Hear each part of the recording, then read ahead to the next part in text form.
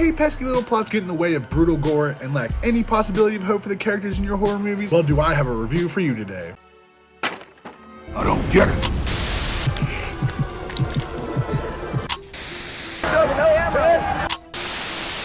Hi, I'm Tom Savini, and you're about to watch Terror Reels. The best thing out of Pittsburgh since Clemente with the Pirates.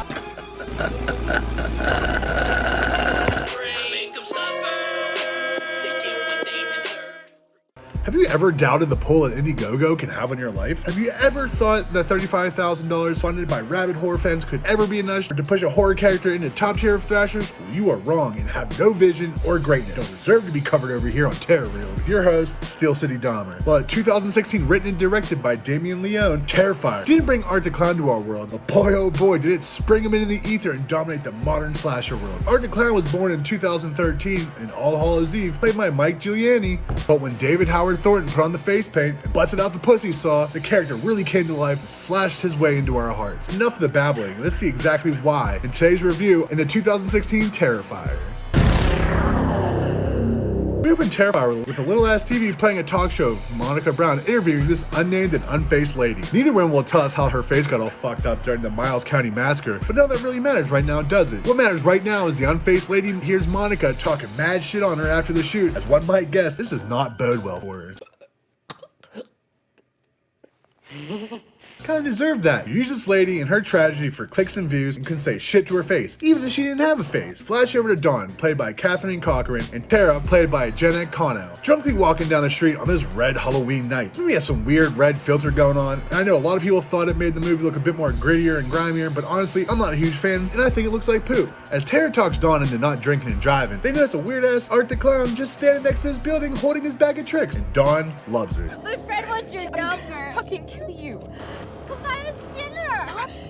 He vanishes, but a disappearing clown isn't going to stop these two girls from getting a slice at the local pizza shop. I guess a disappearing trick has a distance radius because you'll never guess in who silently strolls into this pizza joint. This entire movie, Art the Clown doesn't say one fucking word, and it really builds up how creepy this character can be. I love how much emotion David Howard Thornton can put into his actions instead of the word, and the character's so much better for it. Obviously, Tara fucking hates us, but Donna's more the optimistic type of gal and decides to shoot her shot with the clown.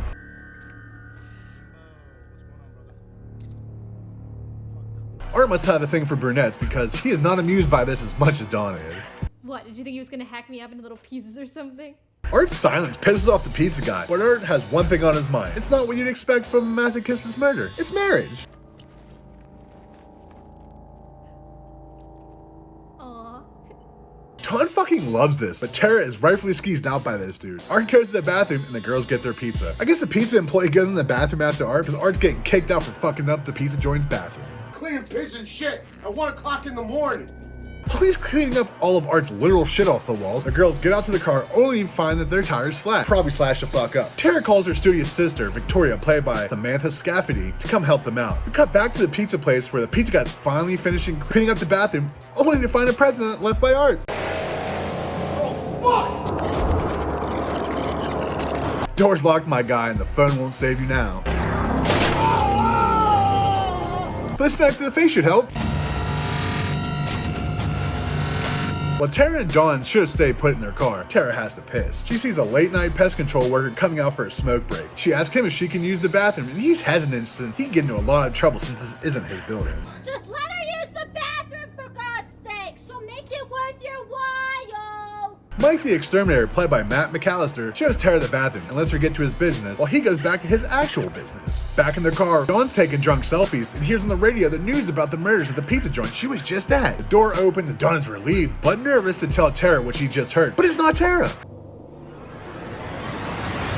I have a feeling there'll be 0 off-screen kills in this movie. If you haven't already seen this movie, you should, because there's always gonna be fucking spoilers in these videos. But she's being set up for one of those wildest murders in horror history. After Tara's done taking her piss, she hears a baby crying and goes to investigate a building she's not even supposed to be in. While on her journey, she runs into this crazy-ass homeless lady, simply titled Cat Lady, played by Puya Moshani. Say hello to the pretty young lady.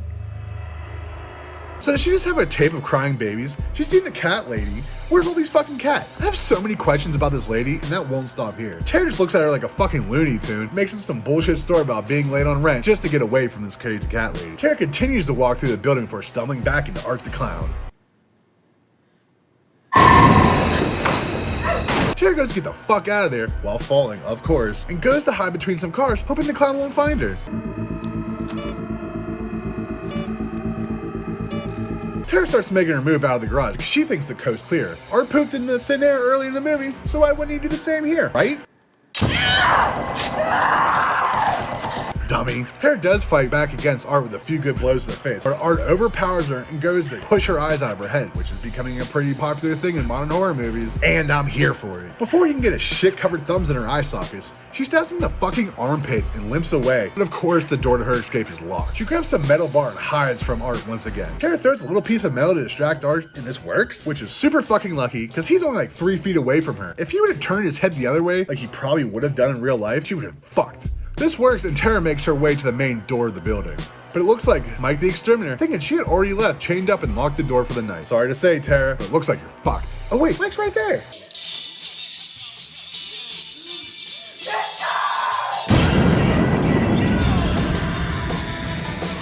Nope, you're fucked. Art injects some sedative into Tara's neck and she's knocked the fuck out until they open in the next scene where she's duct taped and chained to a chair. Art fucks with her a little bit, punking her out thinking he's gonna hit her in the face with his weapon from his bag of tricks, but instead he grabs a bone saw. Tara starts flipping the fuck out thinking that bone saw is for her, but it's not, it's for Dawn. I knew they wouldn't kill her off screen.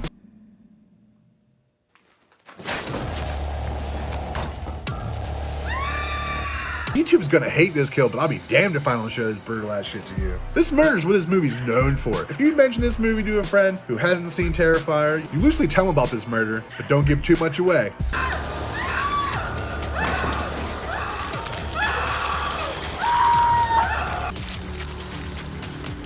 Holy shit, what a brutal ass murder. Have you ever used a rusty saw on like a big branch on a tree? Now imagine doing that all the way down a human body, pussy first. Holy fuck. Tara does use this time to undo the tape on her legs and ends up stabbing Art and running away. She only stabs him once. Has this ever worked in any movie? No, it doesn't. Remember, find yourself in this situation, stab that motherfucker until you know he's dead. Art gets up with a big ass knife in his hand, goes back on the hunt for Tara. She got a huge piece of wood and decides to finish Art the Clown off this time. And she begins to beat the fuck out of Art with her wood. Get up!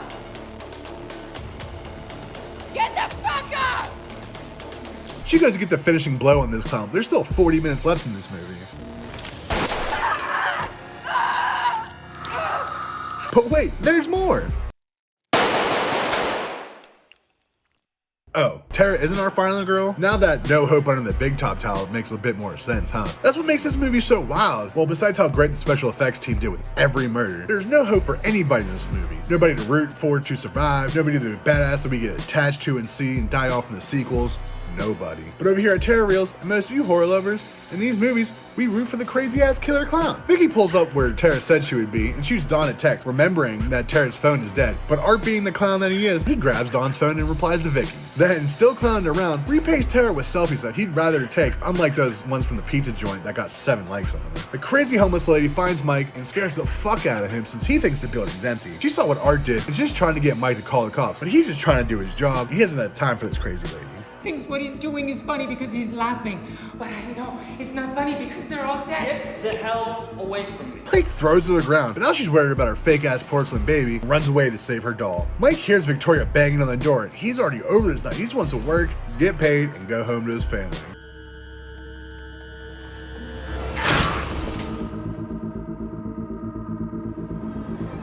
Well, I guess that's not gonna happen for him now. Now we get in the most bizarre scene of this movie. Art's cradling this homeless lady's doll. This lady goes up to him asking if there's kindness in his heart or if he ever felt a mother's touch. We know there's no mercy in Art's heart, and he just lets her hug him and act like a loving mother to him, and it almost shows that Art has a human side. But what we've seen before this scene and what we've seen after this scene, the answer to that is no, he doesn't have a heart. He just starts sucking his thumb while being held by this lady, and then we just cut to Mike Boss showing up in the business. This is never touched on in the rest of this movie or in Terrifier 2. Weird. Anyways, like I said, Mike Boss pulls up and is pissed that Mike won't answer his phone and all the doors are locked. Calm down, my guy. It's not like Mike's dead or anything. While all this is going on, Victoria roams the building trying to find her sister and Dawn. She goes to call Dawn and hears a ringtone. She is not happy thinking that this is all a prank, only to find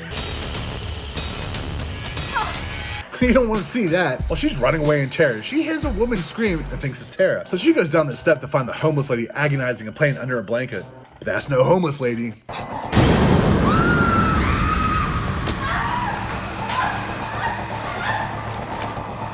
Man, oh man, when you think Art couldn't do something any more ruthless, he goes and does this and totally redeems himself.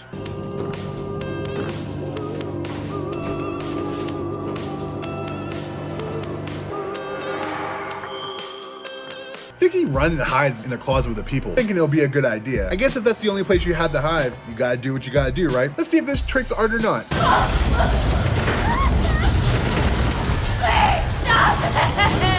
Yeah, no shit. Art just shakes and rattles the closet. Mike's boss blaring his horn and saves her, so I guess it was a good idea. Dude says fuck this and goes to drive away, but in one last ditch effort, goes to see if there's a key under the mat. And guess what? There is! He makes his way into the building, only to find a bloody clown footprint and... a murderous mop! Oh no!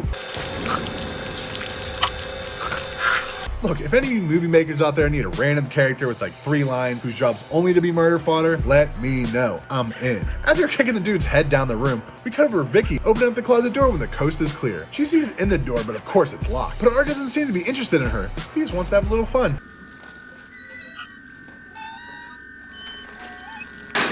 Victoria goes to car from car trying to hide from Art, but Art's just living his best life riding around on the tricycle until he fucking crashes. Him crashing his tricycle gives Vicky the impression that Art is fucked off for whatever reason and goes to escape. But is the coast really clear? Dude, how fucking scary would that be? Vicky starts thinking clearly and rips a hole in the bag before jamming a spike into Art's giant clown foot. She almost finds an escape hatch, but unfortunately for her, it's locked. Will she find an escape through this door in this underground building tunnel? No, she will not. Art creeps behind her, and before she can really react, Art starts whipping her with a cat of 9 tails. Last seen on Terror Reels when I covered first found footage movie ever, Passion of the Christ. Go back and watch that review, especially with Easter coming up. Art catches up to Victoria, begins mercilessly whipping and beating her. Will this be the end of the road for Victoria? Oh shit, Mike didn't die, and as we've all seen around these parts, one hammer hit to the head won't always kill or even knock out a motherfucker. Mike brings Vicky to a different room and locks the door behind him. He tries to calm Victoria down, but with everything she's been through the past hour or so, there's not much that can calm her down. He gets the phone and calls the police. I doubt they're really gonna help, but hey, maybe somebody will survive in this movie. As they're yelling at the cops, Mike tells her the plan of getting to his work truck and getting the fuck out of there. They go down the hallway and womp womp.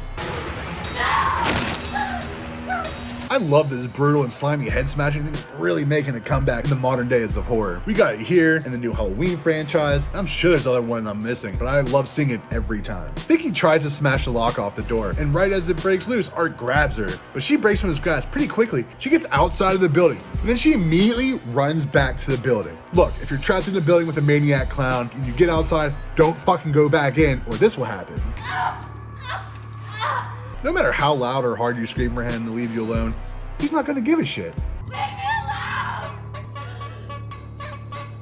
He's just gonna go get inside one of these 10 cars and drive straight through the door and get your ass. I'm sorry, but you were outside. Why'd you think running back in would be a good idea? The cops finally get here and find Art eating the shit out of her face. Because Victoria's the girl from the interview in the beginning. No, Tarantino didn't direct this, but this movie did start 1 year in the future at the events of what we saw going down. This is the Miles County Massacre. I know, I said nobody survives in this movie. Technically she does survive, but does she really? What kind of life is she gonna live? She even said in the beginning that she wanted to kill herself, plus she turned out to be a cold-blooded killer herself. While the cops surround Art, I can't wait to see how Art gets himself out of this one. No! I gotta say, when I first saw this movie, I did not think this was the way Art would go out. This movie is just under 90 minutes, and we gotta wrap this up soon. They toe tag and bag him and set him down in the county morgue. The coroner is pissed that he has to do, his job, and gets the cops to get him some breakfast and begins to start the autopsy on Art the Clown. The lights start flickering all spooky-ooky-like because Art is really a supernatural clown, and he comes back to life to get his.